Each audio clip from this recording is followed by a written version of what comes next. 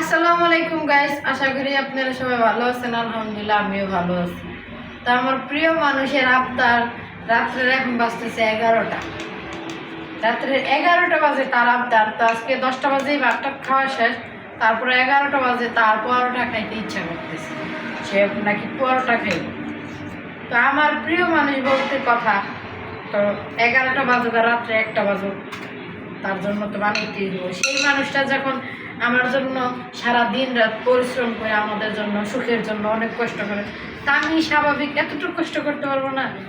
আর আপনারা হয়তো বা অনেকেই আমার ভিডিওগুলো দেখে অনেকের ভালো নাও লাগতে পারে, কেন আমার পরিবেশগুলো ভালো না, কেন আমার রান্নাঘরটা অনেক দেখতে এলোমেলো, কেন আমার জিনিসপত্র নাই, কেন ভাই আমি গরিব মানুষ, আমি এতটা বলতেও পারি না যে আমার এটা আছে সেটা আছে। আমার যা আছে আলহামদুলিল্লাহ তা নিয়েই আমি ভিডিও করি, তাই দিয়েই আপনাদেরকে দেখানোর চেষ্টা করি। আমার যা আছে আমি তাই, আমি মানুষের মতো ওই যে মিথ্যা কথা বলতে পারি না যে এটা আছে সেটা আছে।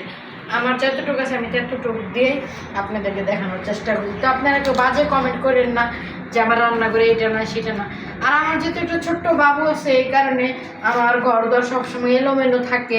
জানেনি যারা যে ফ্ল্যাট বাসায় একা থাকলে অনেকটা ঝামেলা, একা বাচ্চা রাখা, রান্না টান্না সব কিছু নিয়ে একটা ঝামেলা থাকে। তো এই কারণেই অনেক কিছু ভাবতে পারেন যে আমি নোংরা বা আমার রান্নাঘরে এলোমেলো থাকে। তা আমি অনেক সময় গুছায় রাখতে পারি না। এই দেখেন কী অবস্থা করে রাখতে, মানে সে কোনো গুছানো পছন্দ করে না। তো যাই হোক, আমার ভিডিওটা দেখবেন আশা করি সবাই। আর আমি রুটি বানাইতেছি, রুটি বানানোর পরে আমি ভিডিও মানে দেখাবো পরবর্তীতে, তো সবাই দেখতে থাকেন। তো এই যে রাত্রে 11টা বাজে রুটি খাইতে চাইছে, তখন রুটি কি দিয়ে খাওয়ামু? হ্যাঁ তো চা দিয়া খায় না, আমরা পরোটা খামু চা দিয়া। আর হে খেবো মরিচ ডলা, চিনেন কিনা জানি না, শুকনা মরিচ, ধনিয়া পাতা, তারপরে হইলো পেঁয়াজ, সরিষার তেল, লবণ। এই যে, তো এই নাও তোমার খাবার।